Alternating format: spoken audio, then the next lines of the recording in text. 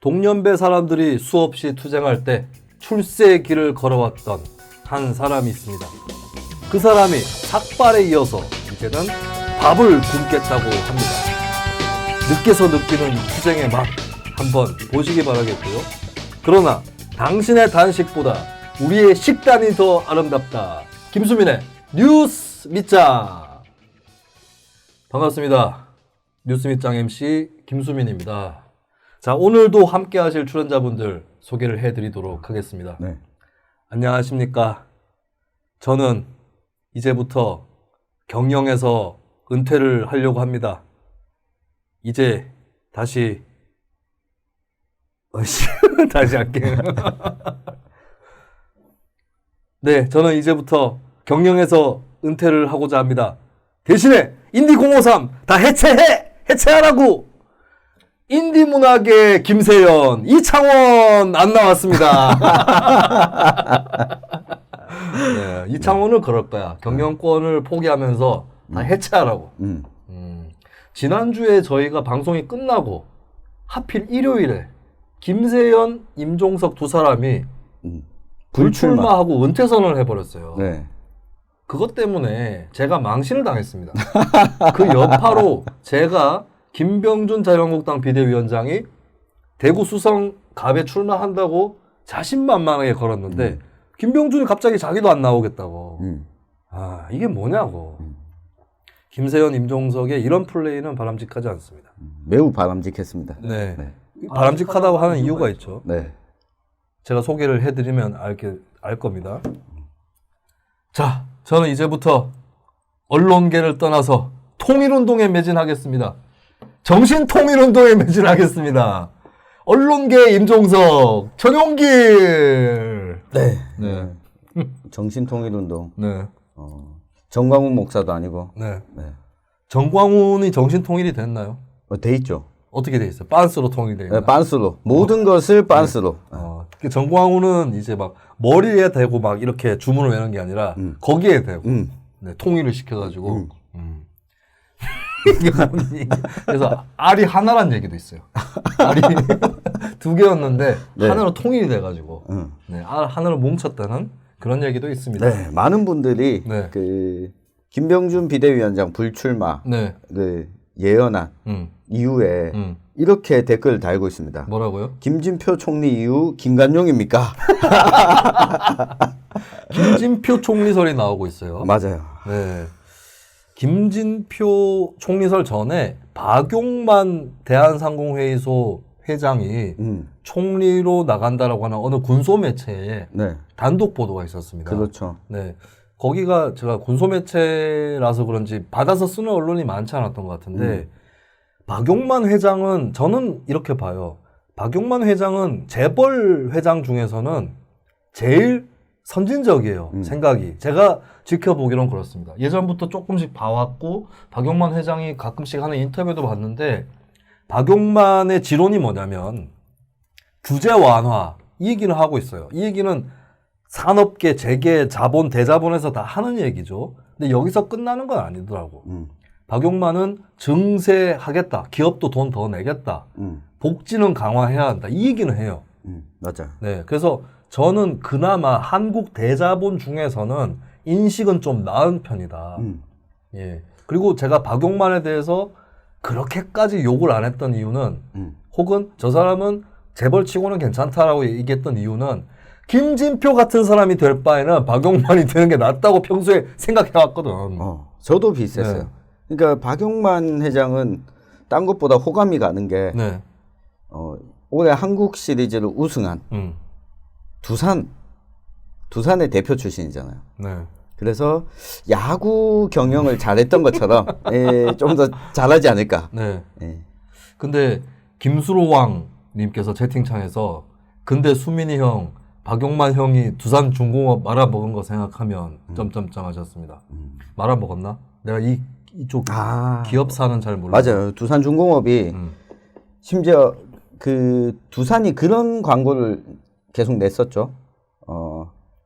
사람이 희망이단가? 그 다음에 생각이 안 나. 네. 실패한 광고인데. 네. 근데 그거 이제 어떤 젊은이가 뭐 서가라든지 이런 데 앉아 있으면 카메라가 막 다가갑니다. 네. 다가가면서 근데 그 젊은이가 고개를 이렇게 돌려. 그래서 막 눈이 마주쳐요. 그러면서 이제 뭐 사람이 희망이다. 거식입니다. 뭐 이렇게 거식입니다. 나오죠. 해놓고 그 신입사원을 대거 공채했다가 네. 2년 만에 어. 다시 희망퇴직자를 엄청나게 받는 경영 실패 때문에 희망퇴직을 청년들한테 받았어요? 아니면은 회사에 오래 다닌 사람한테 받았어요? 관계없이 다 받은 거죠. 사람이 미래다. 아, 사람이 미래다. 사람이 미래다라고 네. 해서 그 채용을 엄청나게 많이 했는데 네. 그러고 나서 2년 뒤에 경영 사정으로 인해서 네. 희망퇴직자를 받으면서 이게 무슨 사람이 미래냐 왕창 뽑아놓고 다시 여기 지금 두산중 김수로 왕님께서 김수로 왕이면 우리 조상인데 왜 저보고 네. 수민이 형이라고 하죠? 그러니까 두산중공업이 25,000원 정도의 주가였는데 현재 5,000원까지 뭐야?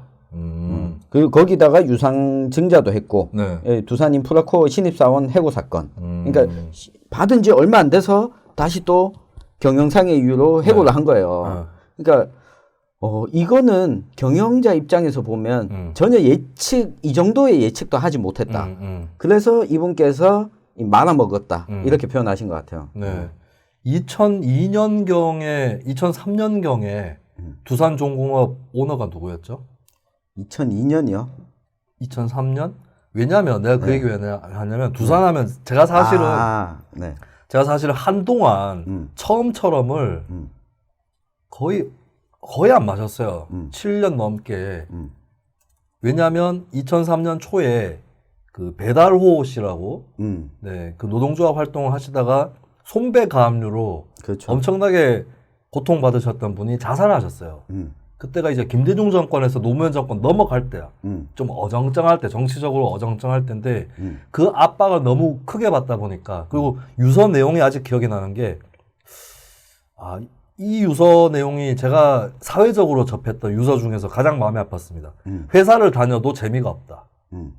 라는 표현이었어요. 그러니까 그분이 뭐 한번 해직을 당하셨죠. 네. 근데 복직을 하긴 했는데 손배가압류로 고통을 맞아요. 받는. 네. 이 손배가압류가 그 이후에 그게 신호탄이었어요.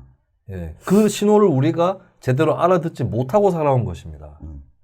맞아요. 2002년에 보니까 윤영석 네. 대표였는데 이게 두산중공업이 한국중공업을 인수하게 된 게 민영화하면서 두산중공업이 인수를 하게 되잖아요. 네. 그 2000년에 두산중공업이 인수를 하고 여기에서 기존에 있던 한국중공업 당시의 노동조합이 두산중공업 노조가 된 거죠.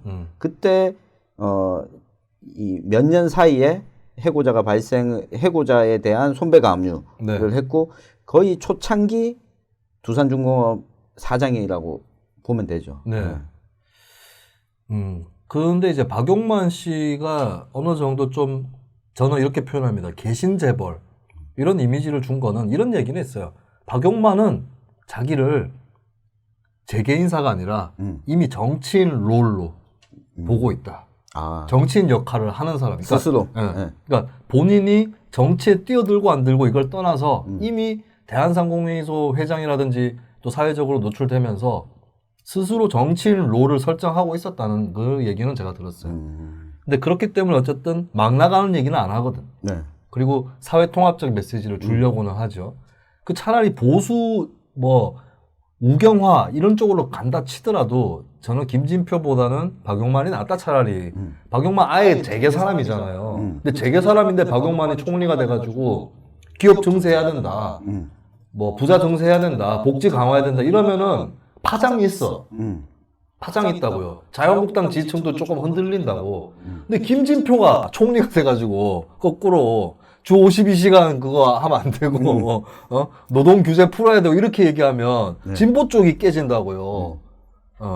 차라리 박용만을 칼로 쓰면 우쪽으로 뚫고 가지만 김진표를 칼로 쓰면 이렇게 거꾸로 잡고 칼잡이를 우리 그 좌쪽으로 온다고. 예, 그럴 바에는 박용만이 훨 낫다고.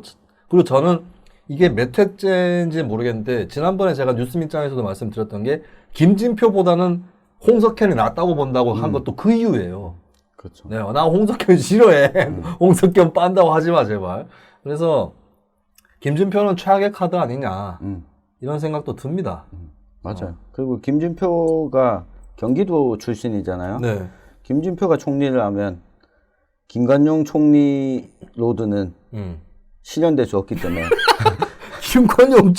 김관용 총리 그 내정하면은 내가 네. 날릴래요 한다 바로. 김관용 퇴진 투쟁할 거요. 응? 근데 김관용이라도 쓰면 차라리 김진표가 더 나쁜 게 김관용을 쓰면 대구 경북이라든지 보수층의 신호는 돼요. 근데 그렇죠. 김진표는 지금 자유한국당 쪽에 김광림 의원이라든지 안동 의원이죠. 김진표 환영이다. 땡큐다 이러고 있거든요. 막상 김진표가 총리 되면 뭐 자유한국당이 문재인 정부에 협조해 줄 것 같아요? 안 해준다고 뒷구멍으로 협조해 주겠지. 예산 떨가지고 이러면. 그런 거 말고 경제 사회 정책에서 타협이 이루어지고 협조가 되겠냐? 이거 아니거든요. 그러니까 받아 먹을 건 다 받아 먹어가. 자유한국당 인간들이. 지역구에 뭐 주고 그다음에 자유한국당하고 민주당이 이미 추진하기로 돼 있었던 친자본 법안들 이런 거 막 통과돼요. 근데 그렇다고 문재인 대통령은 인정해 줄 거냐 자유한국당이 아닐 거거든. 장담해요. 그래서 제가 박용만 홍석현보다도 더 못한 인사가 김진표다 얘기를 드렸던 겁니다. 그렇죠. 여기 김수로왕님께서 아예 그 사회적 자본에 대해 공부를 시작하는 최태원이 요즘 호감이던데 라고 해주셨는데 최태원이 요새 좀 정신 차렸어. 맞아요. 아니, 오랜 감옥 생활 끝에. 그러니까 최태원이 네. 저기 사회적 자본 관련해서 그 카이스트에 네. 대학원 과정이 개설됐는데 네. 여길 최태원이 지원해주고 있더라고요. 네. 네. 요즘 정신을 좀 차린 것 같은데. 그리고 이제 뭐 아직 기만적인 수준인지 더 봐야 되겠습니다만 SK에서 새로운 회계를 도입을 해서 임금 인상이라든지 또 사회적 공헌 투자 이런 것도 기업의 이익으로 치겠다라고 하는 대안적 회계를 어느 정도 도입하는 그런 것도 SK가 먼저 시도를 하긴 했어요. 네. 근데 어쨌든 뭐 열심히 하시고 김관용 총리는 약간 한광옥 비서실장 느낌 박근혜 때 아 거꾸로 된 거야 미러링으로 김관용이 국무총리가 되면 네. 자유한국당에서는 끝났다고 봐야 되는 거죠. 아, 그렇죠. 김관용을 총리 시켜준다고 자유한국당이 오 대단하다 대연정이다 이렇게 나올까? 아니잖아. 아니죠. 네, 배신자. 네. 김관용 배신자 이렇게 되겠죠. 근데 김관용 나이도 많고 죽기 전에 총리 한 번 하겠다는데 백날 배신이라고 욕해봐라. 이렇게 나오겠지 김관용 씨는. 그러니까 거의 게다가 그렇게 되면 네. TK 지역 의원들이 입을 잘 못 댈 겁니다. 네. 자유한국당이 멘붕 상태 오겠죠. 그렇죠. 네. 그리고 한광옥 미러링을 하려면 국무총리가 아니라 비서실장을 시켜야지. 자, 우리 광고가 들어왔어요. 네. 네, 광고. 이거 경북 의성 점곡면입니다. 이 경북은 네. 정말 과일 패권을 갖고 있어요. 맞아요. 그렇죠. 네. 네, 우리가 영남 패권주의는 청산해야 됩니다. 특히 TK 패권주의는 분쇄해야 돼요. 가루로 빻아버려야 됩니다. 빻아가지고 저기 동해에다가 날려버려야 되는 예, 그런 정치적 패권주의가 있지만 이건 뭐 우리의 의사와 상관없이 맛있는 걸 어떻게 해? 맛있는 걸 맛없게 할까요? 과일 패권주의, 과일의 TK 패권은 사라지지 않습니다. 기후변화가 너무 지나치게 진행만 안 되면. 네. 오늘 사과 광고가 저희에 들어왔습니다. 네. 네. 경북 의성 점곡면에 도영인의 사과, N 사과즙까지 돼 있어요. 네. 사과즙 좀 들고 와야겠네요. 네. 잠시만요. 자, 어이구, 무겁다 이거. 100% 사과즙입니다. 자, 소개해 주시죠. 소개할 말이 없어요? 아, 그냥 맛있어요? 일단 네. 사과부터 네. 소개를 좀 해드리겠습니다. 이게 경북 의성군 전곡면에서 생산한 사과인데 네네. 열어보시면 사과가 요렇습니다. 네. 네. 이게 홍로 품종이 홍록이요? 로. 홍로? 네. 홍로와 홍옥의 차이는 뭔가요? 그 뭐 품종이 다릅니다. 네. 그러니까 무슨 차이냐고. 뭐 무슨 차이인지는 저도 정확히 모르는데 저희 그냥 먹으세요. 네, 저희가 주로 먹는 사과인데 네. 여기가 그 가톨릭 농민의 어허, 네. 인증하는 저농약 과수 인증을 받았습니다. 저농약. 네. 그러니까 무농약 과수 인증은 정부 차원에서 하고 있는데 네. 저농약 과수 인증은 이제 정부 차원에서는 하지 않고 있거든요. 그래서 이게 저농약인지 고농약인지 구분 지어지지 않아요. 네. 다만 한살림 생협이나 그리고 가톨릭 농민회 차원에서 협동조합들에서 이게 저농약 인증을 해주고 있습니다. 네. 농약을 8번 이하로 치면 저농약 인증을 해주는데 네네. 이 사과를 생산하는 도영이네 집에서 올해 사고가 좀 있어서 농약을 아예 치질 못했어요. 그래서 농약을 이거 아예 못 쳤어요? 4번밖에 못 쳤어요. 4번. 네, 그러니까 1년에 4번? 네, 1년에 4번밖에 못 네. 쳤습니다. 네네. 그래서 농약을 많이 친 사과를 먹어보면 네. 껍질이 상당히 얇습니다. 네. 그러니까, 껍질이 두껍다 보니까 이게 덜 질겨요. 농약을 많이 친 사과는.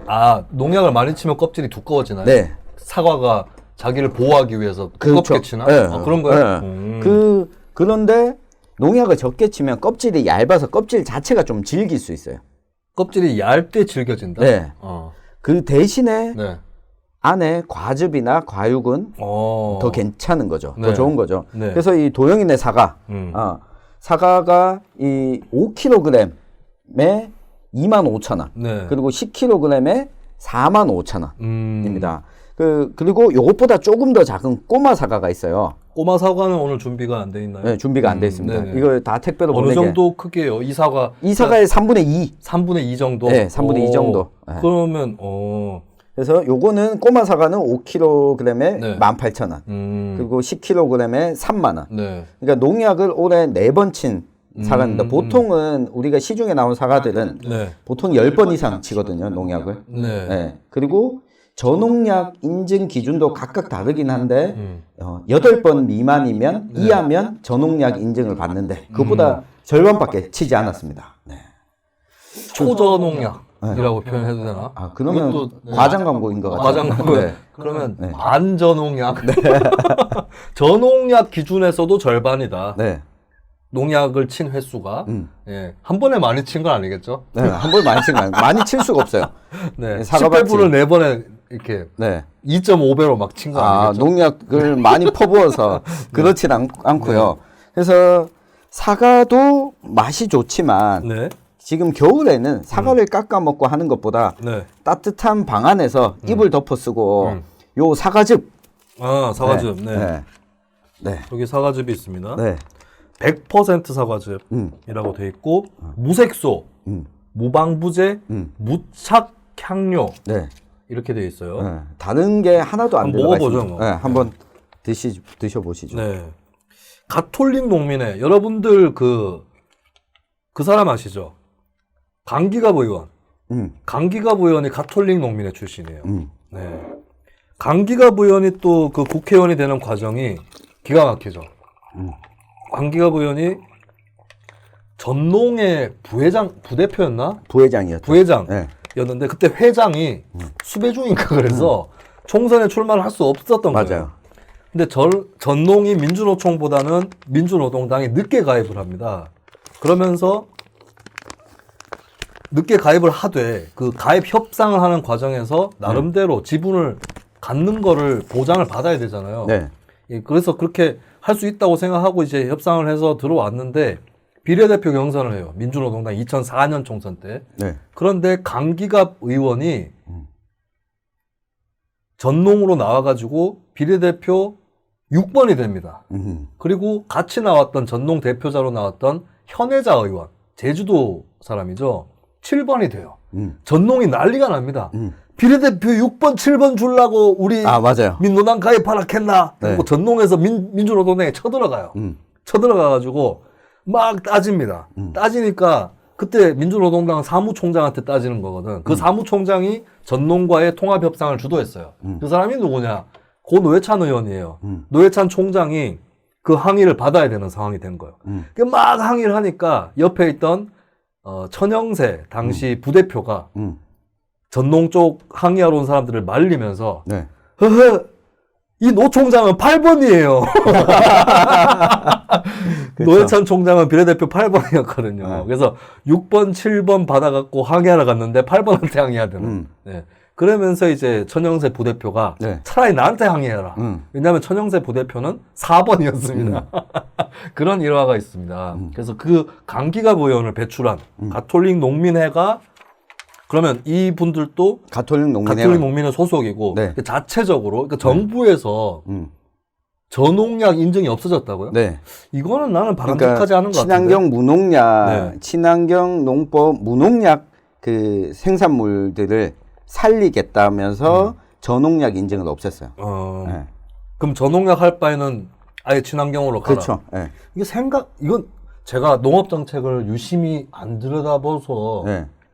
그냥 하는 얘기인데 제 생각엔 저농약이라는 그 인증을 둬야 그냥 관행농으로 했던 사람이 저농약으로라도 갈 가능성이 높지 않을까. 근데 관행농으로 네. 했던 사람들의 경우에는 네. 농약 몇 번 치는가에 대해서 아예 이야기를 하지 않아요. 그래서 저농약을 하는 게 사실 더 어렵거든요. 관행농들이. 그러니까 무농약을 하게 되면 과수량이 상대적으로 적을 거다. 네. 적고 그리고 크기도 작을 수밖에 없고 어느 정도 비용 부담을 해야 되겠다라고 마음 먹고 시작하는데 저농약은 조금 애매모호한 부분이 있어서 그러니까 나는 7번 쳤다. 약을 예를 들면 사과를 7번 치고 네. 나는 누구는 5번 쳤다. 네. 점점 애매해지는 거예요. 저농약이라도 다 한도치까지 다 채우는 거예요. 네. 뭐 그런 부분 때문에 그렇긴 한데 조금 아쉬운 부분은 있죠. 네. 그러면 이분은 네. 이 도영인의 사과는 네. 재배를 오래 하셨나요? 지금 재배한 지 5년째. 5년. 네, 그 기농을 하셨는데 혹시 청년이세요? 나이가 얼마 안 되셨어요? 나이가 이 둘 부부가 41살, 38살. 네. 저하고 이창원 대표 또래네. 그렇죠. 네. 그 공무원을 하다가 아하. 그만두고 왜 그만두셨죠? 기농을 하고 싶어서. 에이. 진짜. 혹시 사고를 치신 거 아닐까요? 아니요. 그러니까 이 광고주를 안티하는 뉴스미짱입니다.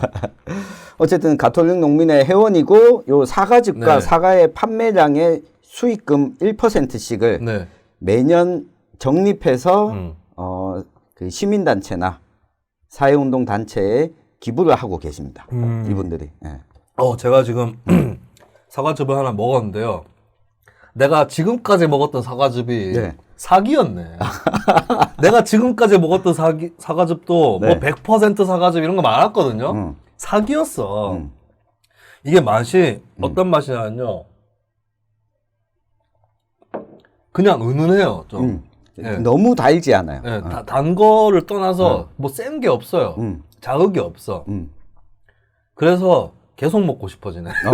그러면 네. 지금 우리가 이게 차 마시듯이 약간 사과차 같아요. 그러니까 막 사과를 막 때려 넣어가지고 막 설탕 넣고 뭐 설탕 떠나서 굉장히 자연스럽게 맛이 새어 나왔어요. 네, 요거 네. 같은 경우에는 그 스파우트, 파우치, 네. 파우치거든요. 파우치는 50봉에 28,000원.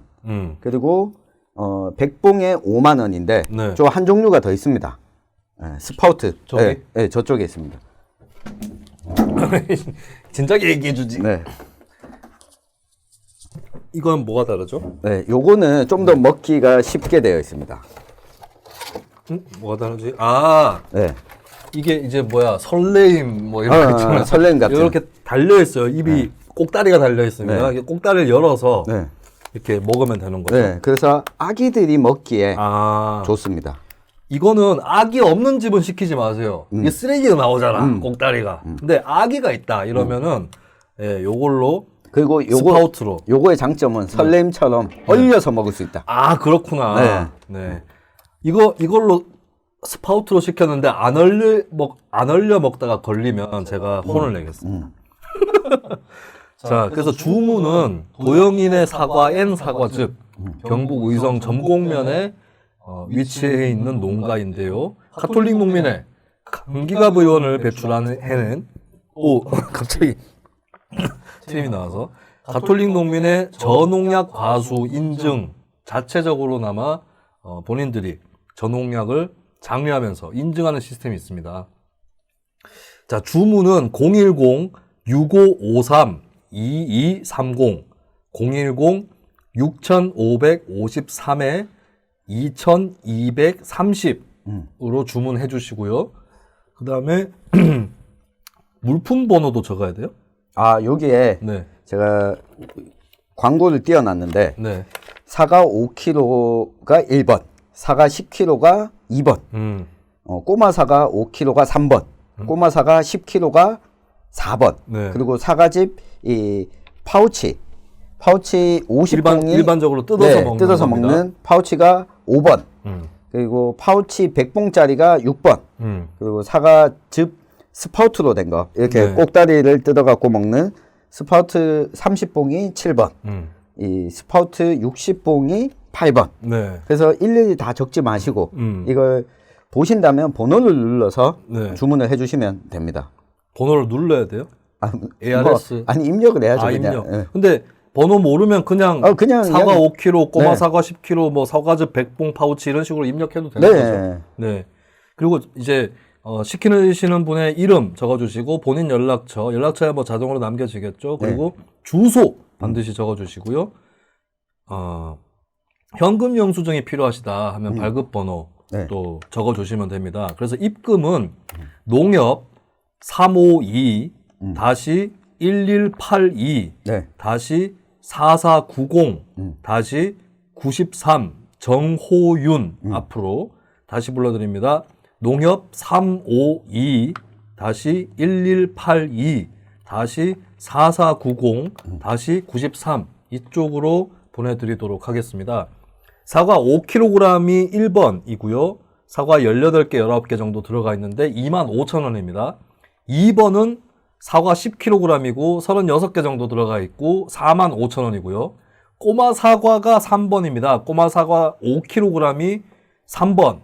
3번이 꼬마 사과 5kg 24개 정도에 18,000원이고 더 원한다 하면 꼬마 사과 10kg 50개 가까이 들어있는 3만원짜리가 4번입니다. 5번이 사과즙, 5번부터 8번까지는 사과즙이에요. 네. 사과즙 50봉 파우치 28,000원이고요. 6번 사과즙 파우치 100봉 5만원, 7번 사과즙 스파우트 30봉 28,000원, 8번 사과즙 60봉 스파우트 5만원입니다. 이 꼬마 사과는 오늘 준비가 안 돼 있죠? 네. 네. 요거 옆에 두시면 될 것 네. 같아요. 꼬마 사과는 우리가 아침 드세요? 전용기 편집장? 안 먹습니다. 아침 안 먹죠? 네. 저도 안 먹어요. 근데 우리가 아침에 안 먹긴 한데 약간 출출할 때가 있어요. 맞아요. 출근할 때, 이럴 때. 네. 근데 막 전철 탔는데 사과, 도영이네 사과인데 이렇게 좀 큰 거, 크다기보다는 보통 사과인데 이거 막 물고 있고 이거 약간 조금 이렇게 낯가리시는 분들은 특히 네. 쪽팔리잖아요. 근데 꼬마 사과를 들고 그걸 한 몇 개 가져가서 슬쩍 가방에서 꺼내서 먹고 이러면 되니까. 네. 차 안에서 뭐 운전하다가 중간에 정차 대기할 때 네. 그럴 때 한 꼬마 사과 이런 거 하나 먹고 네. 네 그렇게 했을 것 같습니다. 그렇죠. 그리고 이 사과를 생산한 네. 이 부부가 지금 입금자로 되어 있는 정호윤 씨의 네. 경우에는 장애인 운동을 하셨던 분이고, 네네. 예, 이게 또 부인 되시는 농민께서는 공무원으로 사회복지 공무원으로 일하다가 네. 입사한 지 3년 만에 퇴직한 아, 네, 기농을 위해 네. 네. 그냥 알겠습니다. 이분들이 네. 공직으로 돌아가고 싶지 않도록 네. 많이 팔아주시면 맞습니다. 고맙겠습니다. 네. 주문 010-6553-230으로 해주시고요. 저희가 아까 가격하고 다 불러드렸기 때문에 앞으로 감아서 들으시기 바랍니다. 팟캐스트로 들으시는 분들은. 자, 우리가 이제 네. 총리 얘기를 네. 어쩌다 하게 됐는데 뭔 얘기 하려고 했죠? 황교안 얘기해야 되나? 네, 전 황교안 총리? 얘기를 좀 해야죠. 네. 황교안은 왜 단식에 들어갔느냐? 그리고 좀 단식 풀까요, 안 풀까요? 지소미아가 연장 일단 되기로 했는데. 안 풀 것 같습니다. 네, 지금 푼다는 소식이 네. 없죠. 이거는 정치권은 항상 우리가 봐야 될 게 밖을 향해서 내는 소리도 사실은 안을 향해 있다라는 거예요. 밖으로 내도 안으로 다 들리기 때문에 지금 황교안은 공천에서 물갈이를 꿈꾸고 있어요. 그건 황교안이 개혁적이라서 그런 게 아니고 제가 이렇게 얘기하는 게 황교안을 황교안님은 공천 물갈이를 하실 분이에요. 이런 얘기를 하려고 하는 게 아니라 황교안 입장에서 공천 물갈이가 필요한지 아닌지 이걸 봐야 됩니다. 황교안은 박근혜 밑에서 국무총리를 했지만 황교안이 앞으로 쑥쑥 잘 크려면 그 친박 자갈들을 밀어내야 돼요. 네. 근데 그냥 갈 수 있을까? 만약에 황교안이 제법 황교안이 잘했다기보다는 자유한국당이 잘해서 내년 총선 결과가 좋게 나온다 치더라도 그 의원들이 상당수가 지난 총선 때라든지 박근혜가 진박 간별해가지고 뽑아줬던 그 사람들이라면 황교안은 길을 펼 수 있을까요? 못 펴겠죠. 네. 그렇게 되면 조원진 의원으로부터 압박을 받기도 더 쉽고, 그리고 그러니까 뭐 이 중간에 있는 비박들과 같이 손을 잡고 대권으로 가기가 어려워지겠죠. 특히 홍준표 전 대표로부터 지속적인 공격을 받게 될 거고. 네. 그 차원에서 보면 황교안 대표는 어쨌든 친박을 이번에 청산하는 게 본인의 목표지 않을까 싶어요. 네. 그렇다면 유승민 쪽도 네. 공천 물갈이를 한다 이러면 황교안하고 손을 잡아볼까? 이런 생각을 할 수 있지 않을까요? 그렇죠. 네. 그래서 지금 황교안 대표가 단식 들어간 시점을 보면 유승민 대표가 약간의 거부 반응을 보이고 네. 나서 안 되겠다. 12월 안에 그렇지. 선거법이 패스트트랙에 오는 법안이 네. 통과되기 전에 유승민 의원에게 메시지를 보내는 차원도 있는 것 같아요. 그렇죠. 시점에 보면 유승민 쪽에서 일단 우리 자유한국당이랑 같이 안 한다. 네. 신당 띄운다. 하고 난 그 시점이에요. 황교안이 단식에 돌입한 시점이. 그렇죠. 그리고 김세연은 왜 정계를 은퇴했느냐. 김세연, 이것도 제 취재 결과인데 김세연을 황교안이 좋아합니다. 좋아해요. 친박 비박 다르다고 뭐 둘이 사이 안 좋은 거 아니냐 했는데 이게 몇 달 전이지? 김세연이 여의도 연구원장에서 잘릴 수도 있다. 그 얘기가 나온 적이 있어요. 안 잘렸어요. 김세연 계속 버텼습니다. 그리고 원장 임명한 사람이 황교안이에요. 황교안은 좀 기본적으로 약간 애가 스마트해 보이는 애를 좋아하나 봐. 그래서 김세연에 대해서 좋게 생각한다는 겁니다. 그 얘기를 제가 들은 지도 몇 달이 됐어요. 그렇다면 김세연과 황교안 사이에 저는 교감이 있었을 수도 있다고 봅니다. 김세연이 그런데 만약에 김세연이 정계 은퇴 선언을 하면서 그러나 황교안 대표님은 총선 때까지 지휘도 해주시고 출마도 하셔야 됩니다. 이렇게 얘기하면 티가 나잖아. 다 그만둬. 당 해체해야 돼. 이렇게 얘기하면서 그래도 황교안 대표님께서는 그만두시면 안 되고요. 맞아요. 이러면 같은 편인 거 티가 나잖아요. 그래서 한꺼번에 들쑤셔서 크게 치는 거죠. 황교안, 나경원도 다 불출마해라. 처음에는 그 요구가 정치 그만둬라 라고 들리는 측면이 있어서 그거는 김세연이 빨리 부를 겁니다. 불출마하라고 했지 그만두라고는 안 했다. 예, 이렇게 얘기를 했어요. 그리고 당 해체에 대해서도 당이 계속 되면 자기가 총선 때까지 여의도 연구원장직을 갖고 가겠다고 얘기했습니다. 그리고 황교안 대표에게 보내는 시그널을 보면 김세연 의원 본인이 불출마하겠다라고 던지면서 황교안 대표는 출마해 본 적이 없잖아요. 그러니까 이번에 처음 하려는데 억울합니다. 그 이야기인 즉슨 지역구 안 나가도 된다 라는 메시지를 오히려 김세연 의원 발로 황교안 대표에게 던진 거죠. 지역구 출마가 아니라 황교안 대표는 친박들 청산하고 공천 물갈이 통해서 자유한국당 새로운 모습으로 만들어 놓고 전국을 다니기 위해서 비례대표를 띄워도 된다. 그래요? 네. 근데 김세연 의원이 전에 이 얘기를 한 적이 있어요. 황교안은 종로로 나가야 된다고 얘기한 적이 있어요. 네. 그거 까먹고 하는 얘기죠, 지금. 네, 그건 까먹었는데 여하튼 그 부분은 있는 것 같아요. 황교안 대표가 출마한 적이 없기 때문에 이 사람에 대해서는 여지를 좀 열어두는 건 있는 것 같아요. 꼭 지역구 안 골라도 된다. 지금 지역구 골라가지고 출마할 때를 정할 때가 아니다. 시간을 더 지켜보고 당 쇄신이 중요하다라는 메시지를 던지면서 만약에 한 3월쯤 가서 공천 끝나고 공천이 한창일 때 황교안 대표가 지역구를 정하기는 쉽지 않을 거잖아요. 그러면 그때 비례대표로 갈 수도 있겠다. 황교안 본인 입장에서도 지역구 출마는 너무 이 모험 수가 많기도 하고 본인의 영향력을 많이 행사할 수 없는 차원이 있는 거죠. 그 김세연, 유승민 또 가까워요. 맞아요. 그리고 김세연이 밤이당 냅두고 튀었잖아요. 네. 밤이당 되기도 전에 튀었지 아마. 밤이당 되기 전에 튀었죠. 그렇죠. 바른정당하고 국민의당 통합하기 전에 네. 그때 이미 튀었거든. 네. 그럼 사이가 나빠진 거 아닌가. 그때도 나왔던 얘기가 유승민이 더 귀엽다. 김세연 하나 못 잡냐고. 그런데 제가 또 취재를 해보니까 네. 제가 언제부터 기자가 됐다고. 그러나 저도 나름대로 취재를 해봅니다. 그리고 다른 팟캐스트보다는 자한당 쪽이나 바른미래당 쪽 정보가 더 많아요, 제가. 이거는 제가 보장해 드릴 수 있어요. 맞습니다. 정의당 쪽은 뭐 말할 것도 없고, 예.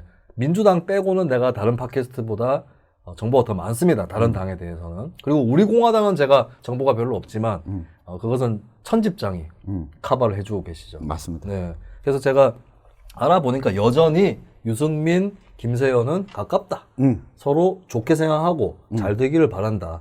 그렇다면 김세연의 택이 뭐냐? 작정이 뭐냐면 황교안과 유승민을 이어줄 수 있도록 조건을 만들어주는 작전이에요. 그렇다면 저는 감히 제기합니다. 제가 이 얘기는 SBS, CNBC 가서는 하나의 시나리오로 조심스럽게 얘기하고 쓱 지나갔는데 네. 저는 김세연의 그 선언을 했을 때 황교안하고 짜고 칠 가능성이 높다. 네. 자유한국당 지지자들도 이 방송 들어야 돼. 짜고 치고 있다니까. 지금 대구에서는 네. 뭐 유승민 자유한국당 복당 그 얘기는 지금 이야기가 나오고는 있습니다. 네. 그 자유한국당 대구시당, 뭐 경북도당 쪽에서는 어쨌든 황교안 대표가 시그널을 보내야지 유승민 의원이 움직일 수 있잖아요. 네. 그래서 단식 들어가고 나서 그 다음부터 지금 이 물밑에서 이야기가 나오고 있는 것이 저 부분이에요. 이미 올 초에 복당을 신청했던 네. 이게 바른미래당까지 있다가 복당을 신청한 사람들에 대해서 보류해놓고 있는 상태거든요. 그러면 이걸 언제 풀면 되냐? 네. 통합이 된다면 언제 어떤 방식으로 풀어야 되냐? 그럼 기존에 있던 지역위원장들과 어떻게 조정을 해야 되냐? 이 시나리오까지도 같이 그려놓고 있어요. 이미 시도당에서는. 네. 네. 그래서 지소미아가 종료하지 않기로 일단은 늘리기로 네. 지난 금요일에 결정이 내려졌는데 그때 황교안은 아 씨발 좆됐네라고 생각했을 겁니다. 왜냐하면 더 해야 되거든. 황교안이 그 텐트를 치고 하면서 당 리더십 더 세우고 네. 그다음에 안에서 자기한테 반발하는 거에 대해서 지금 투쟁 중에 아군의 뒤통수에다가 총을 쏘는 거냐 이런 식으로 윽박을 지르려면은 당 대표가 한창 투쟁을 하고 있어야 돼요. 네. 그렇다면은 지소미아 그거 그냥 종료하지 않는다고 해서 나올 수 없는 거거든요. 어떤 분들은 황교안이 이번에 승자가 됐다. 그러니까 심지어 자유한국당을 지지하지 않는 사람조차도 네. 황교안이 이번에 얻은 거고 그리고 약간 비아냥하면서 이제 그럴 줄 알고 예, 상황 맞춰가지고 단식 시작한 거다. 이렇게 얘기하는데 저는 의견이 달라요. 오히려 황교안은 시간을 더 끌고 싶었을 겁니다. 맞아요. 그래서 지금 당장에 나올 기세는 보이지 않고 있죠. 네. 최소한 선거제도 네. 패스트트랙 안이 갈 때까지는 황교안이 단식을 하지 않을까 이렇게 분석하고 있습니다. 그래서 제가 봤을 때는 황교안도 가라로 단식할 수는 없어요. 대충 짧게 끝낼 수는 없거든. 네. 선거제도 개혁안이 국회 패스트트랙을 통해서 본회의에 상정이 되면 그때도 황교안이 필요한데 황교안이 그때 제일 편하려면 병원에서 지켜보는 게 제일 편합니다. 맞아요. 병원에 누워가지고 의원들 열심히 하네. 그리고 뭐 결과에 어떻게 되든 간에 네. 그냥 필리버스터를 하고 보는 거죠. 그러기 위해서는 지금 굶어야 돼요. 병원에 실려 가려면 그때 시작하면 안 돼요. 뭐 필리버스터 시작하고 본회의에 올립니다 하면서 이한이 삼촌께서 그 방망이 두들길 때부터 시작하면 안 됩니다. 맞아요. 지금 시작해야 그때 병원에 있어요. 그리고 적어도 황교안 대표가 네. 9일 만에 단식 중단했던 김성태, 아, 14일 만에 단식 종료했던 조원진. 네. 여기보다는 조원진은 뭘로 단식했어요? 뭐로 했는지 모르겠어요. 조원진 팬인데 왜 그걸 몰라? 갑자기 기억이 안 나요. 그때 단식하고 14일 만에 그만두긴 했는데, 저거였구나. 박근혜 구속 기간 연장 반대. 2017년에. 네, 조원진 의원이 14일 2주 단식하고 쓰러졌는데, 김성태 의원은 9일 만에 쓰러졌거든요. 그러니까 최소한 황교안 대표가 원래 몸에 저장돼 있는 지방의 차이인가? 그렇긴 하겠네요. 그럼 황교안 대표는 조원진 의원보다 못할 것 같은데. 못하지. 근데 지금 날짜로 계산해 보면 최소한 한 20일 정도 하는 게 대략. 지금 12월 3일이 패스트트랙.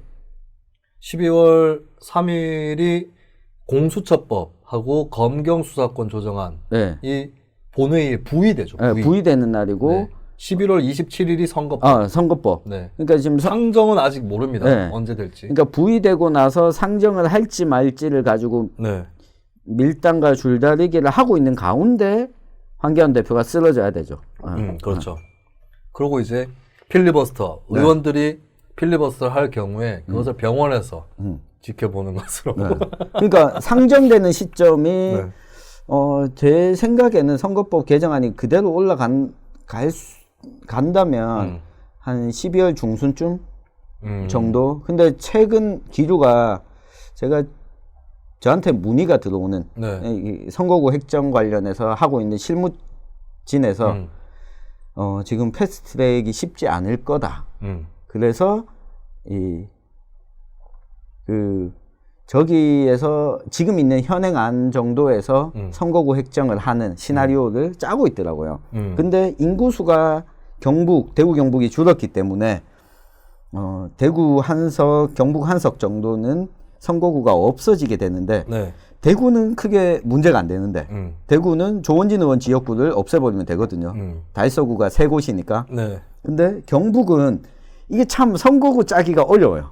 그래서 문의가 왔어요. 경북을 어떻게 붙이면 되냐. 근데 이 상황을 보니 패스트트랙이 쉽지 않을 것 같긴 한데 그러면 이게 어느 정도 그림이 결정되는 시점이 12월 중순쯤 되지 않을까? 그럼 황교안 대표가 그때까지는 그 직전까지는 가야 되지 않겠나?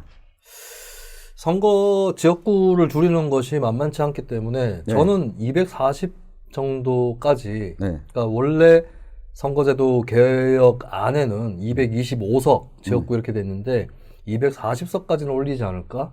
이런 전망을 해봅니다만. 그 한국당 시도당에서는 지금 시나리오를 245석 때 55석을 놓고 시나리오를 짜서 선거 준비를 하고 있습니다. 아니 본인들 선거 준비를. 그러니까 대구와 경북의 지역구 한석은 없어진다라는 걸 이미 선거제도 통과 무관하게 준비하고 선거 준비를 하고 있습니다. 얼마 전에 대구의 주호영 의원이 선거제도 개편안에 따르면 지역구가 여기저기 굉장히 많은 곳이 조정 대상이 된다. 라고 얘기하면서 이렇게 된 이상 이번에는 하지 말자 이렇게 얘기를 하더라고요. 그 개소리요. 왜냐하면 과거에 지난 총선 보죠. 2016년 총선을 보면 사실 선거구 획정 기한이라는 거는 선거하기 1년 전 정하도록 돼 있어요. 그런데 그거 안 지킨다고 선거구 획정이 무효가 되지는 않습니다. 그거 그렇게 치면 예산안, 법정시한 지나가지고 다 방망이 친 것도 다 무효입니까? 아니거든요. 지킨 적 없잖아요. 예산안을 지킨 적은 있어요. 있어요? 2010 몇 년도인가? 박근혜 정권 때였나? 하여튼 그때 지킨 적은 있긴 있었습니다. 그런데 그 2016년 총선 때 선거구 획정을 보면 그때 헌법재판소가 선거구는 우리나라가 소선거구로 돼 있잖아요. 모든 선거구를 한 명씩만 뽑는 이 소선거구 체제에서 어떤 선거구와 다른 선거구 간의 인구 격차가 너무 크게 벌어지면 그 지역 투표권을 갖고 있는 유권자들의 어떤 권력 그것이 차이가 나죠. 평등권 침해가 되거든요. 그러니까 어떤 데는 인구가 30만 명인데 국회의원 1명 뽑고 어떤 데는 뭐 15만 명인데 1명 뽑고 이러면 15만 명 쪽이 유리하죠. 그래서 이 인구 격차를 계속 줄여왔어요. 헌법재판소 판결로. 정치권 자체가 어떤 합의를 해서 줄이는 게 아니라 헌법재판소가 계속 90년대부터 뭐 3대1, 4대1, 3대1, 2대1 이런 식으로 줄여왔거든. 그때도 헌법재판소가 판결을 내려서 줄여야 되는 상황이 됐어요. 그리고 그 기한이 2016년 1월 1일인가 그랬거든요. 여야 협상이 안 되니까 선거구가 다 없어졌습니다. 맞아. 2016년 1월 1일에 국회의원 선거구가 다 없어졌어요.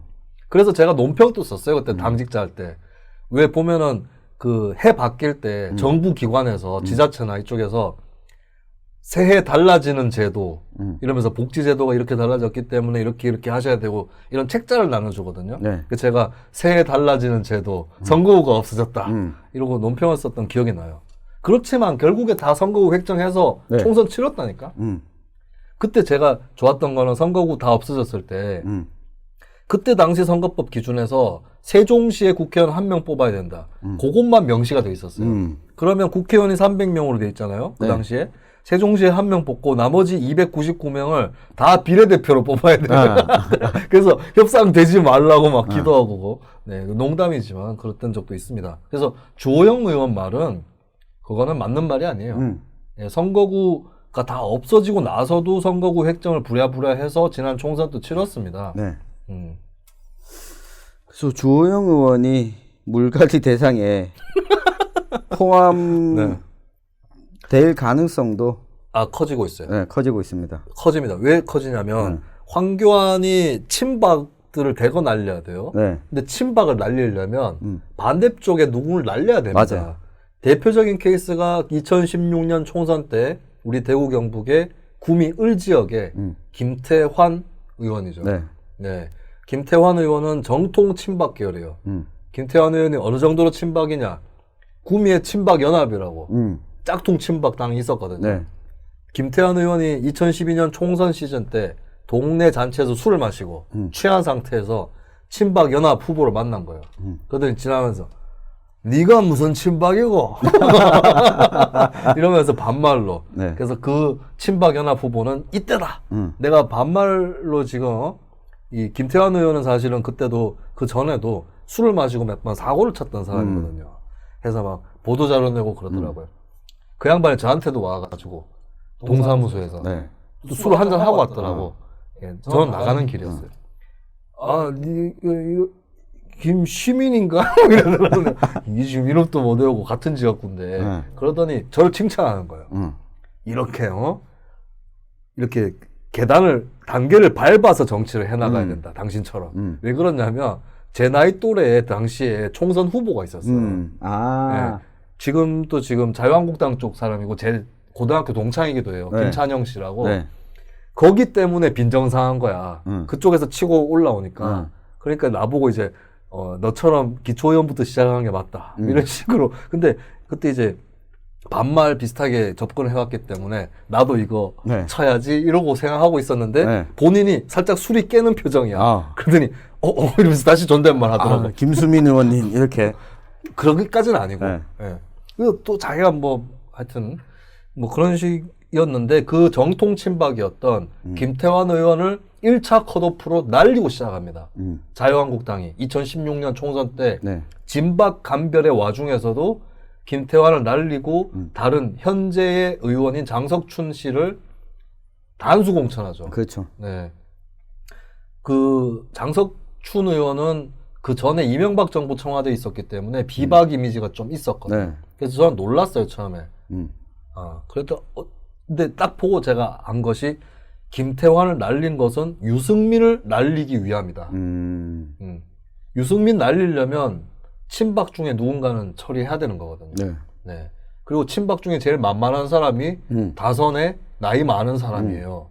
그렇죠. 그렇다면 그와 똑같은 논리로 대구에 주호영이 주호영이 컷오프 될 가능성이 높다. 네. 게다가 이거는 주호영 의원은 유승민 의원과는 크게 접점이 많지 않은 사람이에요. 그러니까 넓게 보면 주호영 의원은 비박으로 분류가 되지만 네. 특별하게 비박과 친박 어느 쪽에도 라인을 가지고 있지 않은 사람. 그래서 신기한 게 주호영 의원이 MB 정부 때도 네. 그 내각 안에 들어가 있었고 박근혜 정부 때도 또 청와대 수석을 했어요. 그렇지. 네.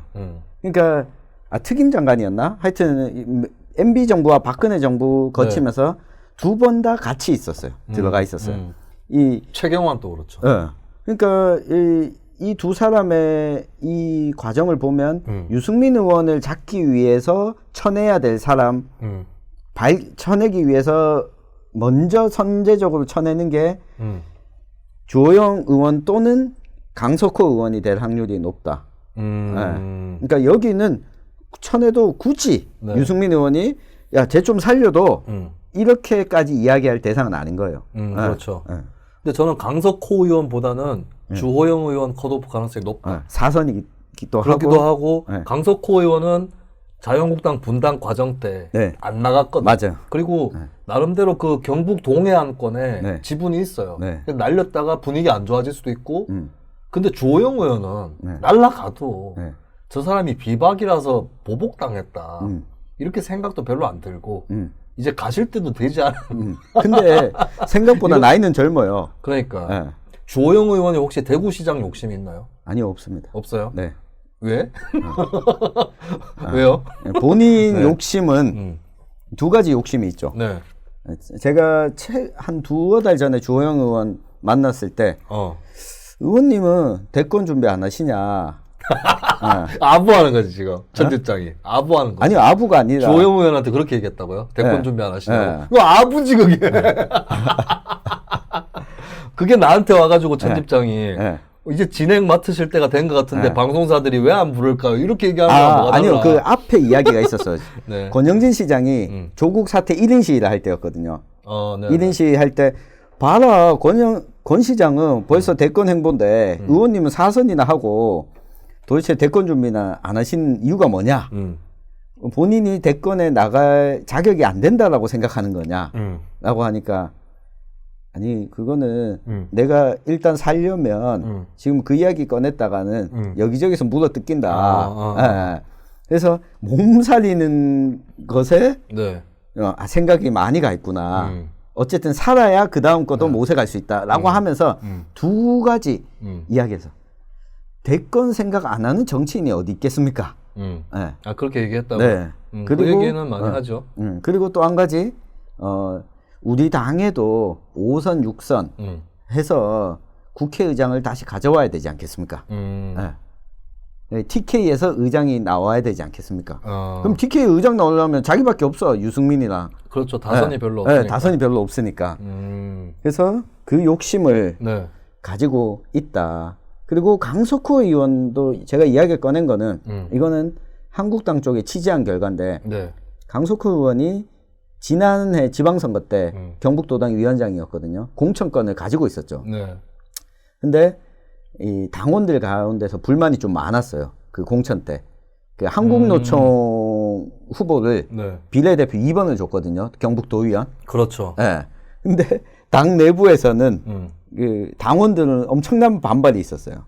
거기에 대해서. 아니, 왜 한국노총 구미에서 민주당 장성욱 시장 지지하고 하는데 왜 한국노총을 주냐. 당내에서 반발이 강하게 있었고 당원들이 도당에 찾아와가지고 막 이런 시위도 하고 단체 정거농성도 하고 이랬거든요. 근데 지금 강석호 의원이 또 공천을 사선을 하는 걸 저지하기 위해서 그 지역 당원들이 새로운 사람을 인물을 구해가지고 그쪽을 밀고 있어요. 이 사람이 유명하진 않는데 결국 한국당이 여론조사보다는 당원 중심의 투표를 하잖아요. 공천할 때. 그래서 강석호 의원이 의외로 날아갈 수도 있겠다. 아니면 둘 다 날아갈 수도 있겠다. 그렇겠네. 왜냐하면 뭐 친박을 골라가지고 컷오프 할 수는 없잖아. 그렇기 때문에 만만한 게 다선이거든요. 그럼 날리고 시작할 수 있겠네.